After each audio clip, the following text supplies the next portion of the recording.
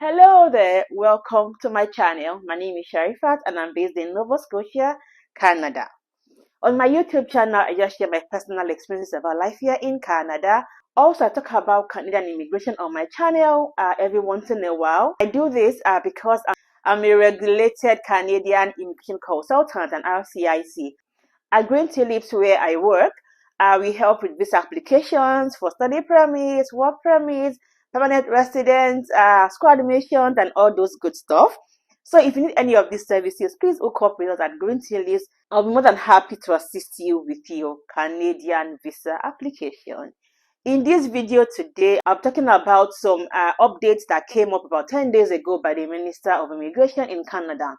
And one of them is that going forward, effective from 22nd of January 2024, you must have what we call an attestation letter before you submit your study permit application. However, there are three categories of people that have been exempted from this rule. And one of them is students who are minor, either in primary school or secondary school. That is kindergarten to grade 12. Secondly, those who are coming to do a master's or a PhD. And thirdly, students who are looking to renew their study permit. So these are the three categories of people that have been exempted from this law, from this rule of getting an attestation letter from the province or the territory. So this letter is to be gotten from the province or territory you intend to study at. Okay, now we don't have the process yet, but they've given provinces and territories till 31st of March 2024 to develop a process where we are able to request these letters from them. So effective 22nd of January, you are not able to submit an application if you don't fall in these categories of people I've mentioned are exempted. You have to wait till March 31st when these provinces and territories come up with the process with which would apply for this attestation letter. Okay, that's one of the rules that was announced. That's the updates we have for study permits when it comes to attestation letter. Another update we got regarding study permits is the decrease of the number of study permits that will be issued this year.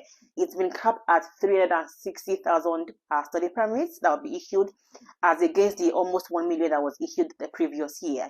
That's for study permits. Another update we got is for work permits. That's for spousal open work permits. Before now, spouses of people who are studying, whether you are doing a college diploma, a postgraduate diploma, a postgraduate certificate diploma, a master's, a PGD, a diploma, anything and all you are doing as a student, your spouse was eligible to apply for spousal open work permits. However, in this new update, it's been said that in the coming weeks, spouses of students who are not in master's or PhD, students would not be eligible for spousal open work permit.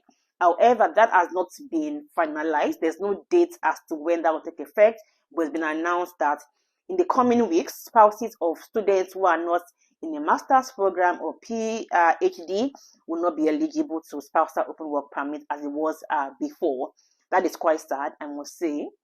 But let's see when the rules start, and let's see what the modalities will be and what options they would give to the spouses of the students who are coming to study and the colleges, postgraduate diploma, and things that are not masters or PhD. Because in the real sense of it, not many families are able to be separated for 1 year, 2 years, while studying. They'd rather want to come together and then go back to their home country upon, they finish their program, right? But now that they are saying that effective in the coming weeks, spouses of students who are not masters or doctoral students will not be eligible for that. Then we don't know how that will play out, but let's see. But that's the updates we have. So we also got that students who are in colleges that have a partnership, they're a private college, but they have a partnership with public colleges to be able to teach students with the curriculum of public colleges, schools. So let's say, for example, there's a public college here and they have a partnership with a private college. Before now, they used to be able to, so when you study in these private colleges, because they use the curriculum of the public schools for you, you are able to get what we call postgraduate work permits, PWP. Effective September 2024, if you go to these private colleges that have these arrangements with public schools, then you'll not be eligible for what we call the postgraduate work permits. And in truth, many students come to study here because of that opportunity to get work permit upon graduation. So if they remove that from these schools, then those schools will likely not be a choice for students coming to study here, especially if they have plans to stay back for a while to work and get some experience before they go back to their home country, or if they have plans to get permanent residence upon schooling. So that's that about those schools. So if you are not sure of these schools, please be careful as to what school you get admission for. Be sure that these schools are not part of the ones that are not eligible for postgraduate work permits if that's your plan, upon graduation. Okay. For the update about work permits for spouses, that was announced, but there was nothing that was said about kids, about children who are coming with their parents. So if, for example, a mother, a father is coming with their children, we assume that these kids will still get open study permits to be able to come with their parents, because that was not announced as part of the update as to any changes happening to that. So we feel that, if you're a mother, a father, you're able to still bring your kids to come study here, and those kids will be able to live with you, go to school for free, and just be with you while you're studying here. Another one that did not say anything about is spouses of people who are already studying. So if, for example, you're already in the country studying and your spouse is here to join you, nothing was said about your spouse not being eligible. So we assume that it will be like the current rule, which is that they are eligible for spousal open work permits. We hope that's what will be the case, because so the much we know is that spouses of people who are already studying here are not affected to the best of our knowledge, but we'll see for more updates if anything will be said about those categories of people. So that's that about the updates we got 10 days ago. So I'll do a recap. Effective 22nd of January 2024, you must attach an attestation letter with your study permit application. If you are not a minor in secondary school or primary school, if you're not a master's or a PhD student, or if you are not a current student, you're always looking to renew that study permit. That's one. Another one is that in the coming weeks, spouses of students will not be eligible for spousal open work permits if they are not a master's or a PhD student. So if you are doing a college diploma, a postgraduate diploma, your spouses will not be eligible for spousal open work permits in the coming weeks.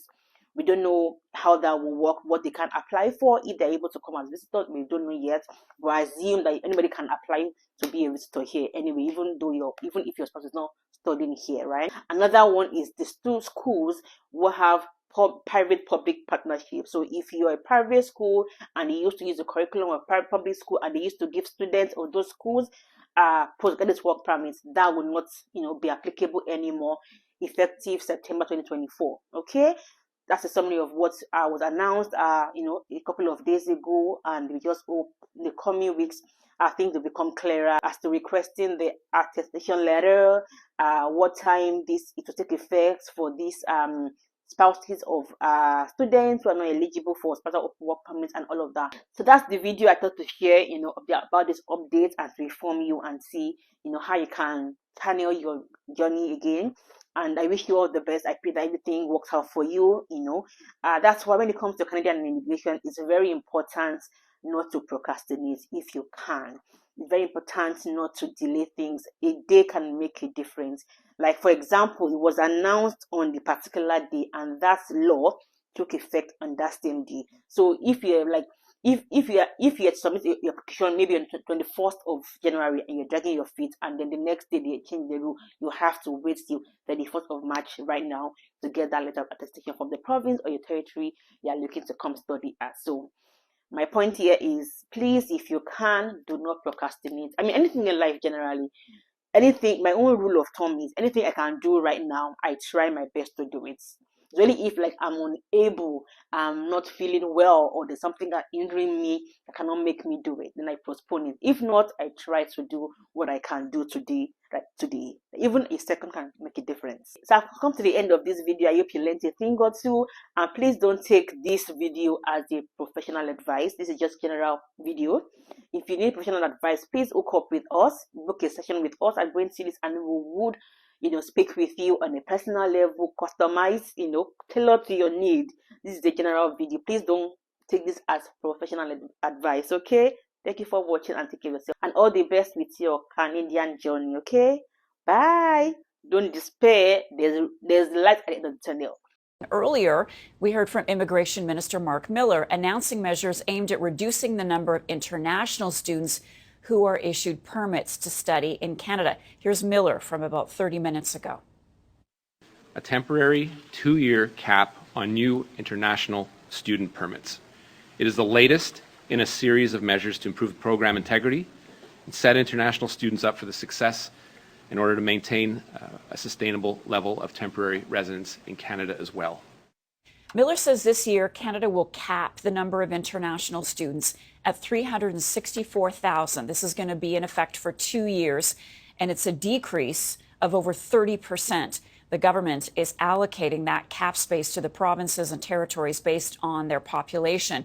The number of international students has tripled in the last 10 years, something Miller blames on unscrupulous schools that look at students as a revenue source. A big announcement this morning from the government. Ottawa has unveiled a cap on the number of international students allowed into Canada. CTV's Colton Prale is standing by with more details for us. Colton, good morning to you. So we heard from the immigration minister less than an hour ago making this announcement about foreign students. What is the government proposing and why? Well, it's a significant cap. It's 2 years, and what this will result in, at least this year, is the country only taking in about 364,000 international student permits. These are new applications, not those already in the country. But going forward, we could see that number drop. And depending on where you are in the country, that could drop very significantly. I'll touch on that in a second. But the basics of the way this works is the federal government is placing this cap and allowing each individual province, depending on the size of their population, to allot a certain number of international student permits, new student permits. This won't apply to postgraduate programs. It won't apply to elementary or secondary school applications. It's particularly targeting those private-public college applications, private-public partnerships that have been a really significant issue, especially in the GTA. The way this works is you usually have a public secondary institution like a college, typically outside of the GTA, who admits these students but then sends them to a private institution, usually in the GTA, but they exist all over Ontario, who then uses the same curriculum as the public school. The problem is there's no way to oversee that teaching process, and so a lot of the times these students aren't getting the education they pay for. The college makes a little bit of money by admitting the students. It increases pressure on housing because all of a sudden you have an influx of international students. Some housing experts say it could be 2-3% per year for certain cities, and so the federal government says they're challenging the integrity of the system, the integrity of the higher education system. They're taking what they say is really a blunt tool, and over the next 2 years, they're trying to rein in these numbers of new applications. Over the last 3, we've had more than 1 million international students come in on these applications. So for 2024, we're looking at about 364,000. We don't know what that number is going to be for 2025 or 2026. They say they'll reassess at the end of this year and come up with a new number. But if you're in a province like Ontario, where the vast majority of these students come to, you could see a 50% drop in new applications. It's also going to have a significant impact in the Atlantic provinces, New Brunswick, Nova Scotia, and in BC as well. Okay, big announcement to start the day on day 2 of this retreat.